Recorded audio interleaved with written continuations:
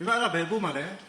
နေပြီးတော့ကိုယ်စလဲကြီးစီအောင်ဒီမှာအခန်း90ထပ်ပို့ရမှာဟိုနေ့ကမှဘယ်နေ့မှမရှိသေးဘူးနော်ဒီနေ့မှ3ရက်လား4ရက်လားရှိသေးတယ်ပို့ထားတာအဲ့ဒါလေ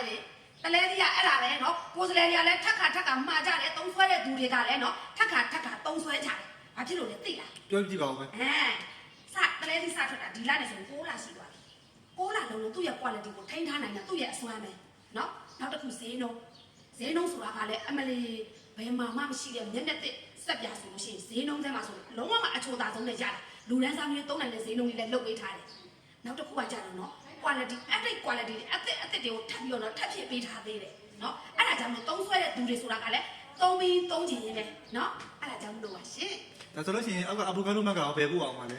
ဒီအာဗိုကာဒိုမက်ကလေးတွေကဒီမဲ့တလစာ3တုပ်အခုဟာကိုယ်စနေရက်နေပြီးတော့တဲ့ line ပေါ်မှာတဲ့တင်းတိတ်ပြတ်ပဲဆိုပြအရန်ကိုနာမည်ကြီးနေလို့ပါတဲ့သုံးဆွဲတဲ့သူကမှာပေးပါဆိုလို့ဆိုမဟာကိုယ်စနေကြီးစီကိုသွားမှာပါရှင်โอ้ရန်ကိုရောင်းတဲ့ပစ္စည်းတွေအဲ့တော့မဆန္ဒနဲ့လက်တွဲကျင်နေဆိုလို့ရှိရင်နော်မဆန္ဒနဲ့လက်တွဲပြီးတော့21ရက်ဒီမှာဝင်ငွေတစ်ခုချိန်သွားစီရမယ်လို့မဆန္ဒကအာမခံတယ်အဲ့တော့မဆန္ဒနဲ့လက်တွဲကျင်နေဆိုရင်ဘိုင်ဘာဖုန်းနဲ့ပဲ3ညကို6 8 9 10 1 9 1 9 9မြန်လေးဆက်သွင်းလိုက်ပါရှင်ကျေးဇူးပါ